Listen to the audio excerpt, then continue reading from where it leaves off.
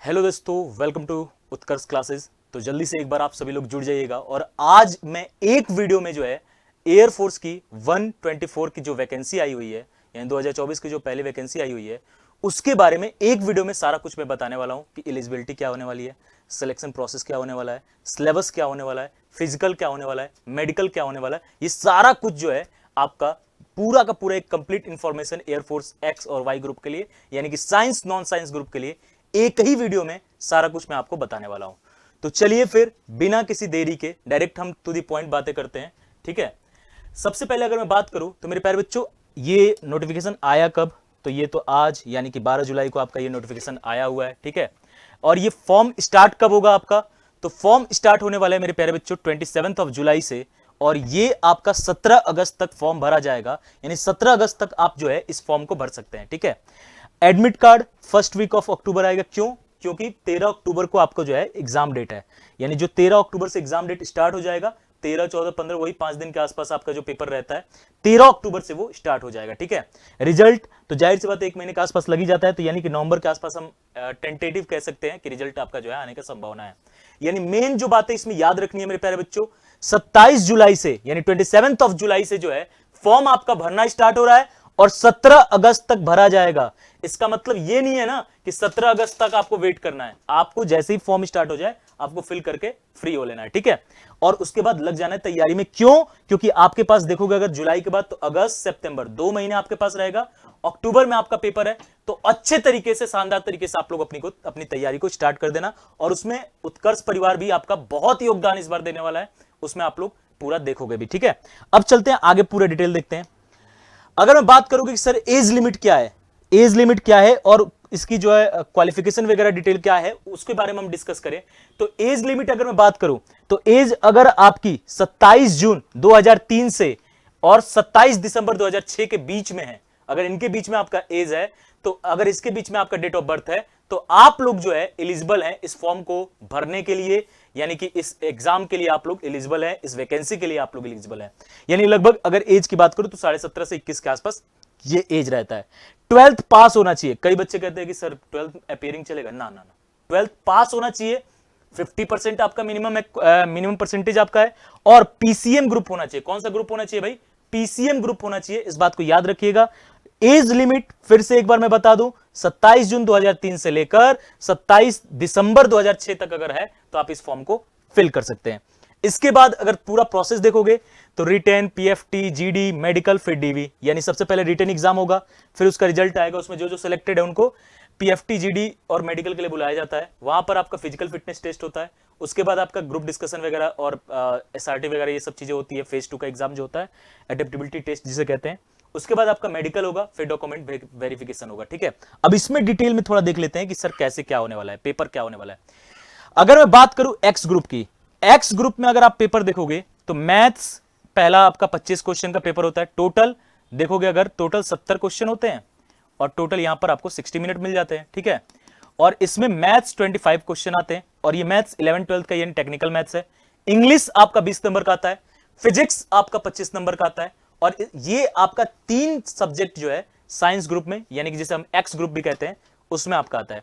इसके बाद अगर मैं बात करूं, यानी एक क्वेश्चन एक नंबर का है, यानी 70 क्वेश्चन 70 नंबर का, 70 में आपकी मेरिट बनेगी। अगर नॉन साइंस में बात करूं तो टोटल 50 क्वेश्चन आते हैं, यानी एक क्वेश्चन एक नंबर का, तो 50 क्वेश्चन 50 नंबर का आपके टोटल पेपर होते हैं, और 50 नंबर में ही आपका कट ऑफ बनता है। इंग्लिश 20 क्वेश्चन आते हैं, रागा 30 क्वेश्चन। रागा में क्या है सर? तो ये आपका रीजनिंग, अर्थमेटिक और जनरल अवेयरनेस यानी स्टैटिक जीके जिसे हम कहते हैं, इसमें सब में लगभग 10-10 के आसपास क्वेश्चन होता है। 30 क्वेश्चन टोटल आपके ये आते हैं। तो ये तो आपका जो है पेपर पैटर्न हो गया। सर कितना टाइम मिलता है? तो अगर बात करूं साइंस ग्रुप के लिए तो 70 क्वेश्चन आपको करने होते हैं 60 मिनट में। ठीक है, और एक क्वेश्चन 1 मार्क का, निगेटिव मार्किंग भी होती है, यानी 0.25 जो है वो निगेटिव मार्किंग है। अगर मैं बात करूं वाई ग्रुप यानी नॉन साइंस ग्रुप का, तो नॉन साइंस ग्रुप में आपका 45 मिनट का टोटल पेपर होता है, और इसमें आपको 50 क्वेश्चन करने होते हैं। ठीक है, और एक क्वेश्चन 1 नंबर का है, और इसमें भी निगेटिव मार्किंग सेम 0.25 नंबर जो है निगेटिव मार्किंग होता है। अब इसके बाद अगर मैं बात करूं मेरे प्यारे बच्चों कि पिछला सर कट ऑफ क्या गया था, तो पिछला कट ऑफ अब तक का सबसे लोएस्ट कट ऑफ था साइंस ग्रुप के लिए। साइंस ग्रुप में अगर मैं बात करूं तो साइंस ग्रुप में सबसे लोएस्ट कट ऑफ था। अगर आप देखोगे तो साइंस ग्रुप में अगर बात करोगे तो 22 नंबर आपका कट ऑफ गया हुआ था। नॉन साइंस ग्रुप में अगर देखोगे तो आप 33.5 जो है, यानी वाई ग्रुप में अगर देखोगे तो 33.5 जो है आपका कट ऑफ गया हुआ था। तो ये तो अब इसके अनुसार ये नहीं कि आप करोगे कि सर इस बार जो है ना 22 नंबर का हम पढ़ेंगे, अभी आप फिजिक्स में 8 कर लेंगे, इंग्लिश में 8 कर लेंगे और उसमें 8 कर लेंगे, तब तो हमारा और ज्यादा हो जाएगा, है ना, 24 हो जाएगा, 2 नंबर ज्यादा हो जाएगा। ऐसा नहीं है, ये इस बार का सबसे लोएस्ट है। हर बार ये नहीं रहेगा, आपको मिनिमम भी अगर करना है तो आप लोग इतना करके चलना कि मिनिमम 45, फिर कोई लेकिन किंतु परंतु नहीं होगा। क्यों? क्योंकि हाईएस्ट कट ऑफ जो जाता है वो 41 से 43 के बीच में रहता है। ये highest cut off x group का रहता है कभी, ठीक है, तो ये हाईएस्ट रहता है। और इस बार बच्चे इंटरेस्ट लेंगे, क्यों? क्योंकि 50% जो है पूरा उम्मीद है, क्योंकि सेना ने प्रपोजल रखा है सरकार के पास, तो सेना ने ही सारा, सेना अगर प्रपोजल रख रही है तो ये बहुत ही ज्यादा उम्मीद है, 90% उम्मीद है कि इस बार 50% जो है परमानेंट किया जाए। तो इस बार नंबर ऑफ फॉर्म्स भी बढ़ने की उम्मीद है पूरी, और नंबर ऑफ कैंडिडेट भी बढ़ने की उम्मीद है। और जब नंबर ऑफ कैंडिडेट बढ़ते हैं तो नंबर ऑफ कंपटीशन भी बढ़ जाता है, तो कंपटीशन भी बढ़ सकता है। इसलिए आपको जो है इस बार और ज्यादा मेहनत करनी होगी, और ज्यादा एफर्ट लगाने होंगे, और ज्यादा जो है अपनी तैयारी को सुदृढ़ करना होगा, मजबूत करना होगा, ठीक है।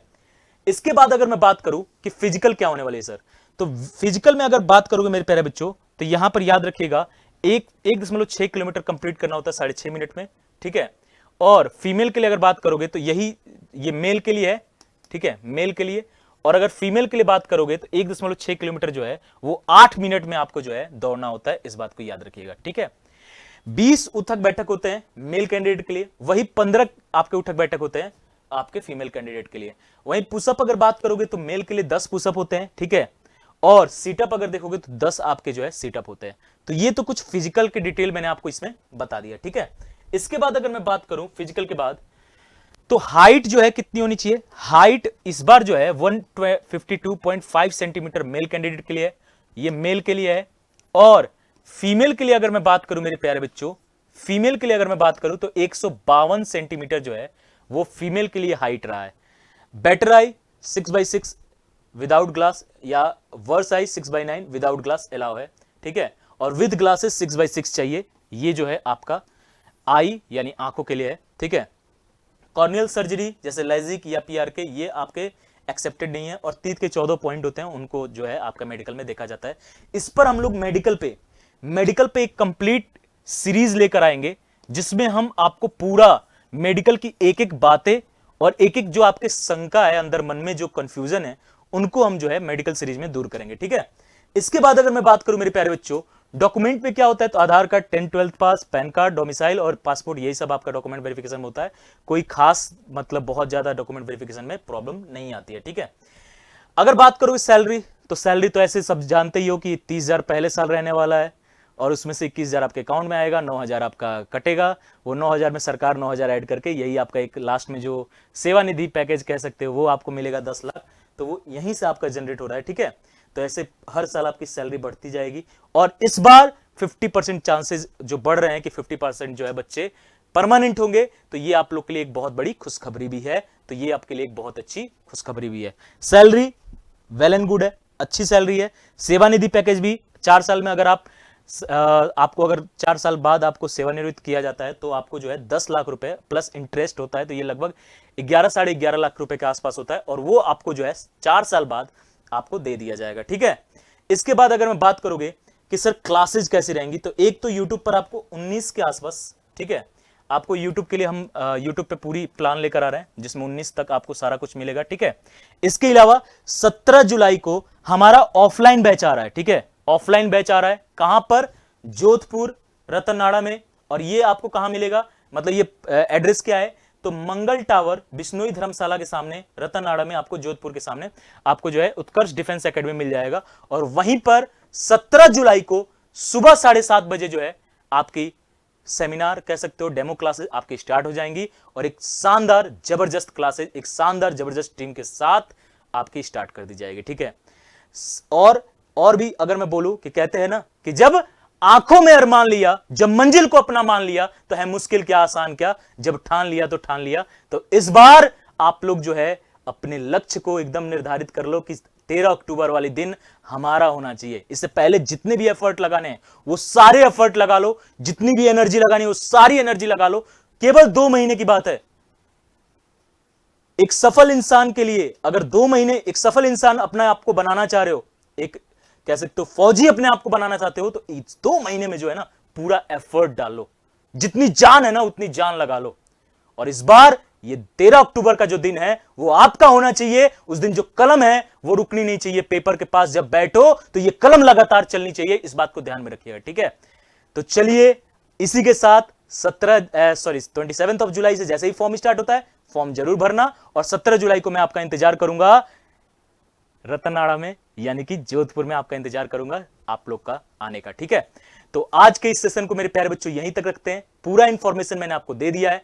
हाँ, मेडिकल का एक सीरीज और फिजिकल का एक सीरीज भी मैं लाऊंगा, जिसमें आपकी सारी प्रॉब्लम्स को जो है हम दूर करेंगे। और हाँ, 19 को हम पूरे टीम के साथ आपके जो यूट्यूब पे भी क्लासेस स्टार्ट करेंगे, क्योंकि हमारी जो फैकल्टीज हैं आपकी वो ऑफलाइन में भी बहुत सारी क्लासेज होती हैं, तो यूट्यूब के लिए भी क्लासेज हम लोग जो है इस बार पूरा अरेंज कर रहे हैं कि आपको यूट्यूब पे भी चीजें स्टार्ट किया जाए और अच्छे से, बहुत अच्छे तरीके से जो है आप लोगों को कराया जाए, 13 अक्टूबर के लिए तैयार किया जाए। तो इसके लिए जो है उत्कर्ष पूरी आपके साथ है, मतलब पूरा उत्कर्ष परिवार आपके साथ है और हम भी आपके साथ हैं।